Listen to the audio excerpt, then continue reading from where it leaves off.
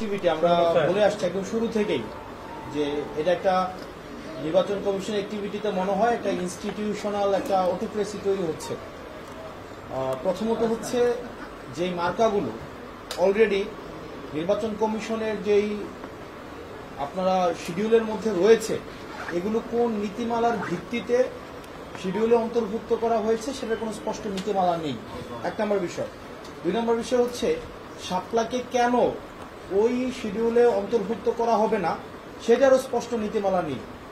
তিন নম্বর, বাংলাদেশে বিদ্যমান ক্রিয়াশীল যে রাজনৈতিক দলগুলো রয়েছে তাদেরকে যে মার্কাগুলো দেওয়া হয়েছে বিভিন্ন সময় কোন নীতিমালার ভিত্তিতে সেই মার্কাগুলো দেওয়া হয়েছে সেটারও কোনো স্পষ্ট নীতিমালা নেই।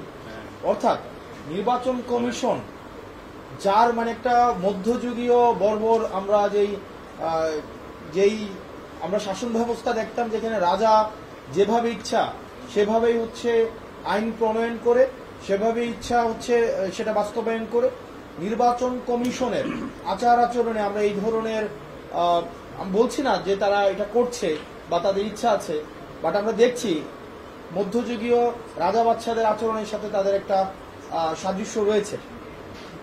এবং আমরা নির্বাচন কমিশনকে আমরা বারবার কিন্তু বলেছি যে একটা নির্বাচন কমিশন সাংবিধানিক একটা প্রতিষ্ঠান, এই প্রতিষ্ঠান অবশ্যই একটা আইনগত নীতিমালার ভিত্তিতে সেটি চলবে। কোনো ব্যক্তি সর্বস্ব বা ব্যক্তির ইচ্ছা, আমার ইচ্ছা হইল সকালবেলা উঠে আমার সামনে একটা মাইক দেখলাম যে একটা মাইক মার্কা দিয়ে দিব, আমার সামনে একটা ডেস্ক দেখলাম আমি একটা ডেস্ক মার্কা দিয়ে দিব, আমার একটা ওই যে এখানে কি বলে এটাকে ওই যে ট্রাইপড দেখলাম আমি ট্রাইপড মার্কা দিলাম, আমি গোসল করতে গিয়ে দেখলাম একটা বালতি মার্কা দিয়ে দিলাম, চা খাইতেছি আমার হচ্ছে কাপ পিরিজ দেখে কাপ পিরিজ মার্কা দিয়ে দিলাম। আমাদের হচ্ছে মার্কার ক্ষেত্রে আমাদের আমাদের হচ্ছে সাংস্কৃতিক প্রেক্ষাপট, সামাজিক প্রেক্ষাপট বিবেচনায় সেই গ্রহণযোগ্যতা সেটি যেন হচ্ছে কখনোই আপনার গণবিদ্বেষী জনগণ বিদ্বেষী না হয় সেই বিষয়টি হচ্ছে আমলে নেওয়া উচিত ছিল। কিন্তু আমরা দেখেছি যে নির্বাচন কমিশন একটি স্বেচ্ছাচারী সিদ্ধান্ত নিচ্ছে। যতক্ষণ না পর্যন্ত নির্বাচন কমিশন কোনো আইনগত জায়গা থেকে তারা কোনো কথা না বলে আমরা ধরে নিব এই সিদ্ধান্তগুলো ধরে নেওয়ার বিষয় না, এটি এখন স্পষ্টত এই সিদ্ধান্তগুলো আমাদের কাছে মনে হচ্ছে বা আমাদের তাদের সাথে যেই আলোচনা বা তাদের সাথে এই যে আমরা কাজ করছি আমাদের কাছে মনে হয়েছে যে এই সিদ্ধান্তগুলো আসলে চাপিয়ে দেওয়া। আমরা বারবার বলেছি এটা নতুন কোনো কথা না, আমাদের কাছে মনে হয়েছে, আমি গতকাল বলেছি যে নির্বাচন কমিশনের আসলে রিমোট কন্ট্রোলটা এটা অন্য জায়গায়, এই নির্বাচন কমিশনের রিমোট কন্ট্রোল এটা আগারগাঁও নাই, এটা অন্য কোনো জায়গা থেকে পরিচালিত হয়। আমরা যখনই তাদের সাথে কথা বলি মনে হয় এই ডিসিশনটা এটা তারা নিজেরা নেয় না, এই ডিসিশনটা তাদেরকে চাপিয়ে দেওয়া হয় এবং তাদেরকে আসলে এই ডিসিশনটা নিতে বাধ্য করে। তো আমরা তাদেরকে বারবার আমরা জিজ্ঞেস করেছি, তাদের এই আচরণে আমাদের কাছে মনে হয় না যে তারা একটা সুষ্ঠু নিরপেক্ষ একটা নির্বাচন তারা পরিচালনা করতে পারবেন। এবং আমরা অবাক হয়েছি এই জুলাই পরবর্তী সময়ে নির্বাচন কমিশনের একজন সদস্য উনি জাজ ছিলেন রহমানের মাসুদ, উনি বলছেন যে নির্বাচন যদি সুষ্ঠু করতে হয়, নির্বাচন যদি অংশগ্রহণমূলক করতে হয় সেক্ষেত্রে নাকি আওয়ামী লীগের অংশগ্রহণ প্রয়োজন।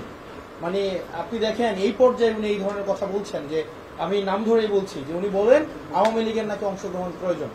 তো সেই ক্ষেত্রে দেখেন আমরা আগের সময়ে এই ধরনের কমিশনে বসে রাজনৈতিক বক্তব্য বা এই ধরনের বক্তব্য অংশগ্রহণমূলক জনগণ একটা নির্বাচনে অংশগ্রহণ করছে কিনা সেটির উপরে আসলে নির্ভর করবে নির্বাচন কি অংশগ্রহণমূলক হচ্ছে কি হচ্ছে না। তো সেই জায়গা থেকে আমরা নির্বাচন কমিশনের বর্তমান এই যে কার্যক্রম মার্কা নিয়ে আপনারা যে এই আচরণটা নির্বাচন কমিশনের দেখছেন, সারা জাতি দেখছে যে নির্বাচন কমিশন যেই ধরনের স্বেচ্ছাচারী, আমরা তো বললাম একটা ইনস্টিটিউশনাল অটোক্রেসি তৈরি করেছে। এবং তাদেরকে যখন আমরা জিজ্ঞেস করেছি কেন দিবেন না, এটার আইনগত ব্যাখ্যাটা কি, তারা বলছে যে ওই আসে না যে আজকে আমার মন ভালো নেই, যে মন চাইলেও না দিলাম না, এই টাইপের একটা যে ওনারা ব্যাখ্যা দিবেন না। মানে জনগণের অর্থে পরিচালিত একটা প্রতিষ্ঠান, একটা সাংবিধানিক প্রতিষ্ঠান, সেটার কার্যক্রম বা সিদ্ধান্ত কি গ্রহণ করছে বা করছে না সেটার ব্যাখ্যা ওনারা জনগণের সামনে প্রকাশ করবেন না। তো এটা একটা স্বেচ্ছাচারী আচরণ আমাদের সামনে প্রকাশ করতে হবে। এবং আমরা এই নির্বাচন ফেব্রুয়ারিতে যেটি হওয়ার কথা আছে, নির্বাচন কমিশনের বর্তমান কার্যক্রম পর্যালোচনা সাপেক্ষে আমরা এটা দৃঢ়ভাবে বিশ্বাস করি এই নির্বাচন কমিশন একটা অংশগ্রহণমূলক একটা নিরপেক্ষ, একটা স্বচ্ছ, প্রতিনিধিত্বমূলক একটা নির্বাচন করার কোনো ধরনের কোনো যোগ্যতা নেই। এবং এই নির্বাচন কমিশন একটা ইতিমধ্যে আমরা বলেছি যে স্পাইনলেস একটা নির্বাচন কমিশন। এখানে নির্বাচন কমিশনের গঠন প্রক্রিয়া থেকে শুরু করে আপনি যদি দেখেন নির্বাচনের যে গঠন প্রক্রিয়া, এটার আগে সুস্পষ্ট নীতিমালা ছিল না। এখানে বিভিন্ন রাজনৈতিক দলের বিভিন্ন পক্ষের এখানে ইনভলভমেন্ট রয়েছে। সেজন্য এই নির্বাচন কমিশন একটা নির্বাচন কমিশন হিসেবে ফাংশন করছে না, বরং যারা নিয়োগ দিয়েছে, যে রাজনৈতিক দল বা যেই প্রতিষ্ঠান নিয়োগ দিয়েছে, তাদের পারপাসটা হচ্ছে এই নির্বাচন কমিশনের ব্যানারে তারা সার্ভ করছে। অর্থাৎ তারা ওই প্রতিষ্ঠানের, যারা নিয়োগ দিয়েছে, ওই প্রতিষ্ঠানের মুখপাত্র হিসেবে কাজ করছে। তো সেই জায়গা থেকে আমরা নির্বাচন কমিশনকে বলবো, নির্বাচন কমিশন যেন এমন কোনো স্বেচ্ছাচারী সিদ্ধান্ত না নেয় যাতে করে নুরুল হুদা কমিশনের মতো বা নুরুল হুদার মতো পরিণতি হয়। কারণ এই দেশের মানুষ যখন জনবিদ্বেষ তৈরি হয়, তখন কিন্তু তাদেরকে আসলে দমিয়ে রাখা যায় না। হয়তো 2 মাস, হয়তো 2 বছর, হয়তো 10 বছর, কিন্তু এটার যেই জনবিস্ফোরণ ঘটবে সেটা নুরুল হুদার মতো পরিস্থিতি তৈরি না হোক, সেটাই আসলে আমরা আমাদের জায়গা থেকে চাই।